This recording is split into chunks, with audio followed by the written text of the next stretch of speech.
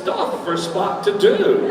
You know, Spot jumps off the bed, flips 3 times, walks. It was ridiculous, and You never wanted to run lines with you?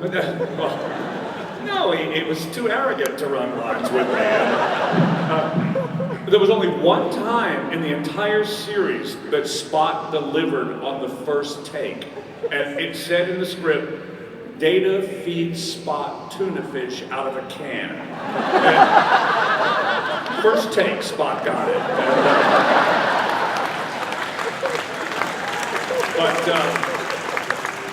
But they were 3 darling cats. Just say that.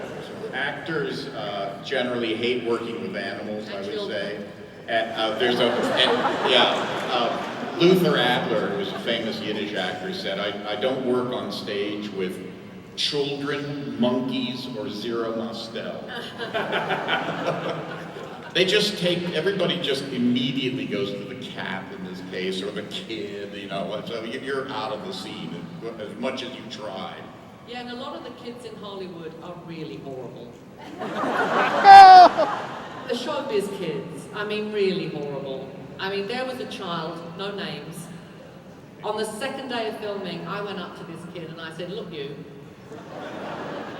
I just want you to know, I do not have a problem hitting other people's children.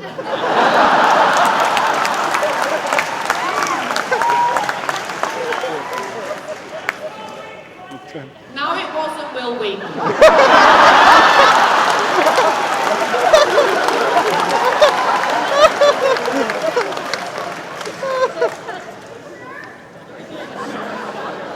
He was a sweetheart. No, he was a sweetheart.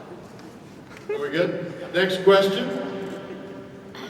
Gene Roddenberry has left a legacy that goes beyond a TV show and movies. With the new series and the new movies coming out, what do y'all see as the... Wait, there's a new series? Did you know there was a new series? No, is it? What new series? Mine. Oh. What do y'all see as the future for Star Trek? We're not in it. It therefore has no future. The future for Star Trek, given the way the movies have attracted an audience, is very bright. I think. What do you guys think? Yeah, I think they're enjoyable. I think JJ has done a brilliant job of rebooting the franchise.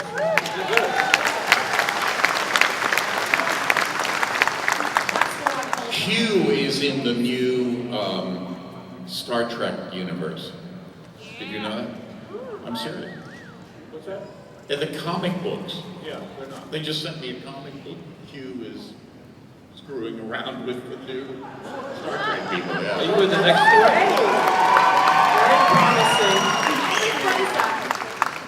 John Delancey is in it, but we're not in it. The rest Next question. Hi, this is for Brent and Marina. Marina, you were here in one of the smaller cons back in January, and you told us a story about Brent's contacts from first season to the second season, how they were putting dyes or something in there, and that he kind of threw you under the bus when he was telling them to change it. Brent, do you have any other stories where you kind of Threw her under the bus? Yeah. I literally tried to throw her under a bus once.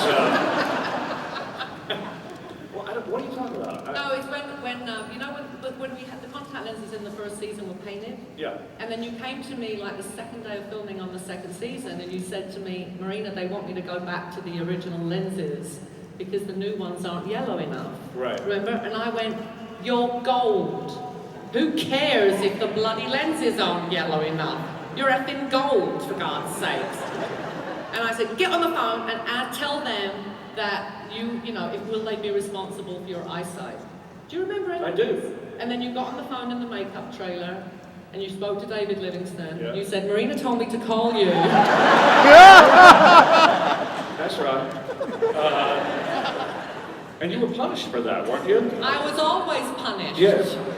I was always punished at Paramount because I was the, you know, the rebel. I had another contact lens experience on the last movie. For some reason, I had gone all through the series and the first 3 movies, and my eyes were perfectly fine. And suddenly, towards the end of the last movie, I was having trouble seeing. And I went to a eye specialist. I think they're called ophthalmologists in this country. And they said the shape of my cornea had changed because my eye wasn't getting enough oxygen.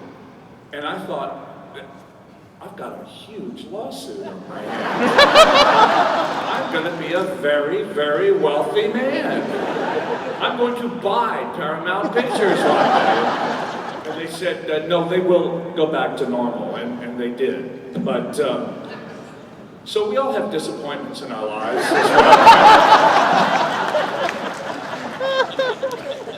That's cute. Oxygen-deprived eyes, I love it. Next question. How closely were scientists and NASA consulted to verify the accuracy of scientific concepts presented within episodes? And can you give any examples? We're not as smart as you, baby. We're gonna bring Neil Tyson out here right now to answer that question. You know, the technology sometimes works the other way around.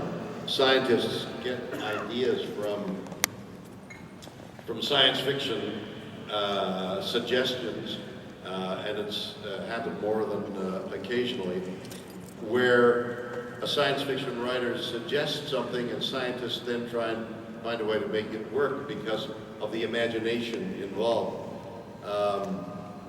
An example would be the StarTAC telephone. When Motorola first came out with one, they had that flip out thing.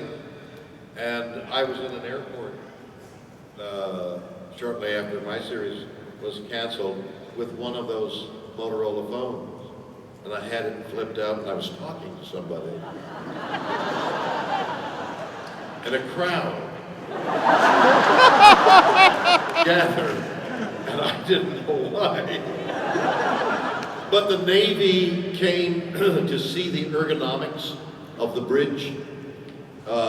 Recently, not so long ago, I read an article where they transported a molecule from one post to another. The tricorder is coming in line, where they can read the body's mechanism. And more than the technology, and I think some of us should raise our hands on people we have known, who, not technologically, but emotionally and socially and career-wise, were affected by Star Trek. Marina, why don't you tell the story of the last time we were on stage and the young soldier that came up? Okay, so you're making me tell the story because you know I'm going to cry, aren't you? You know, this is what they do. So we were at a convention in Salt Lake City, and a young man rolled up in his wheelchair, and he was standing on his thighs. His legs had been amputated above the knee. He'd lost both his legs in Iraq. And he thanked us for saving his life, because he'd had 105 surgeries. And basically he said if he hadn't been able to watch Star Trek, he would have given up. But we gave him the courage and the strength and the hope to carry on, and he thanked us. Listen, we're just actors. We had no idea when we started this job that we would influence anybody. You know, my theory of acting is learn your lines, hit your mark, and don't bump into the furniture. So this was the prime example of someone coming up and saying, you changed my life, you saved my life. We hear this all the time. It is the most It is the most humbling thing we hear. It's the most moving thing we hear, and I have to tell you, in Salt Lake City, even the Shat was crying. But what was amazing was this man's spirit. And I didn't tell you the best part. His nickname was Feet. That shows you the spirit that he still had. And it made me, I think it made all of us really understand the responsibility in a way that we have to you all. Because we've meant a lot to a lot of people, despite the fact that for many of us it was just a great gig. I think we're glad we didn't know at the time, but now that we're done and people are telling us their life stories, we've realized that we touched a lot of people, and I think that's the thing that makes us the most proud. So thank you all.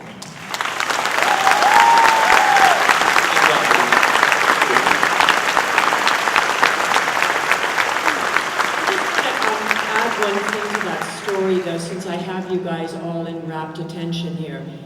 The gentleman's, he has involved himself with an organization called Homes for Heroes, and it's a pretty amazing organization. This is a group of people that build homes for veterans returning. I don't know if you guys know about it, but he, of course, needed a completely new home so that he'd be able to live in and have handicap access. And this group built, he and his wife, and now a young child, a 3,000 square foot home for free.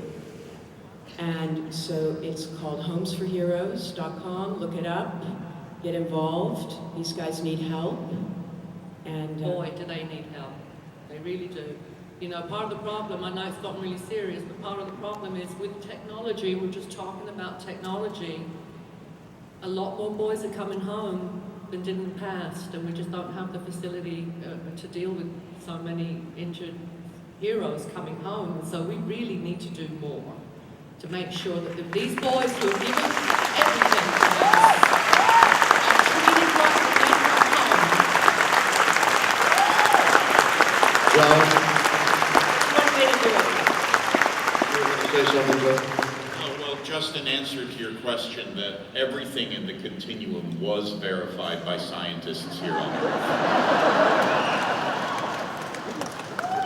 Let's have a funny question now. Jonathan Frakes, what have you got to add to that question of technology or emotional identification with Star Trek?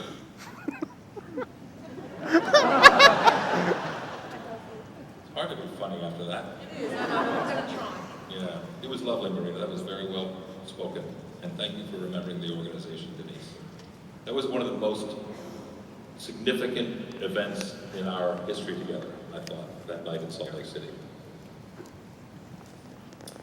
I What saw. do you call, what is the first, no, I'm going to have a joke. Okay. I'm sorry, okay?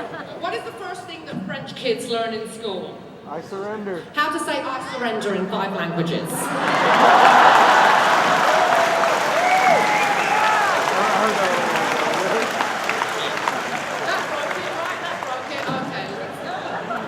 I was just going to say I saw a really cool hologram experiment the other day. There's an organization, there's a film company in Los Angeles that is moments away from, I mean, we'll probably none of us ever work again because of this. I mean, the hologram technology is insane. And I mean, I thought a holodeck was always something to have, you know, that would be really cool. So I think these holograms were amazing. I saw a little tiger jump up to a guy's lap, and I couldn't tell the difference. Technology is advancing faster than we can keep up with it. Next question, please. Hi, first of all, sorry. I want to say thank you. You guys did inspire me a lot. When I was a kid, my dad was a huge sci-fi fan and loved the original Star Trek. And he died of cancer when I was in the 8th grade. And I was moved to Texas and grew up in a children's homes here. So then I watched Star Trek Next Gen, and you guys became like a family to me and inspired me. So I was able to put myself through college after that and grad school, so thank you. Cool. That inspired me.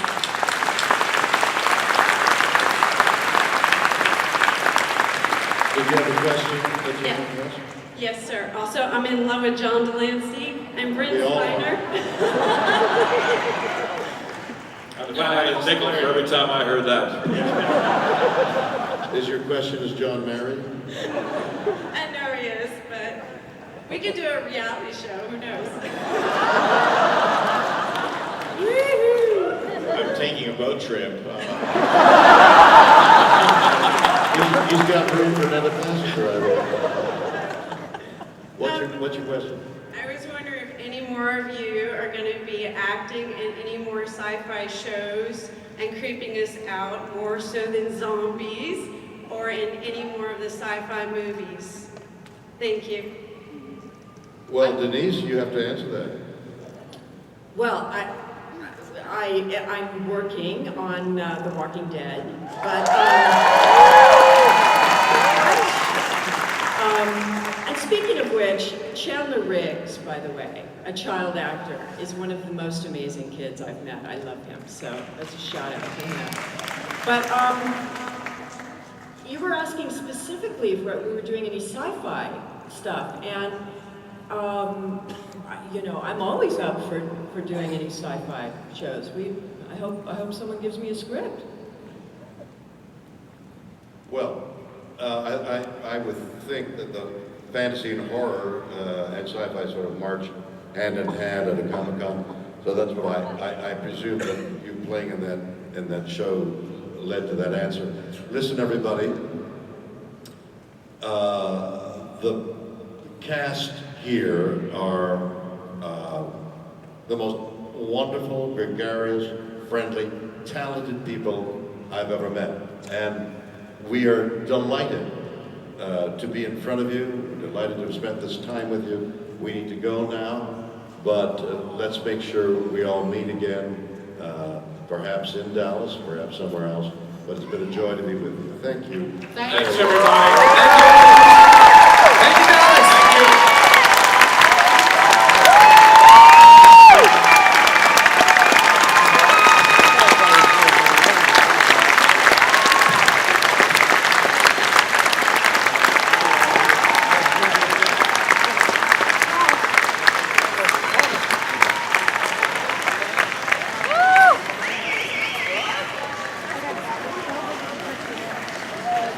Ladies and gentlemen, have your attention, please.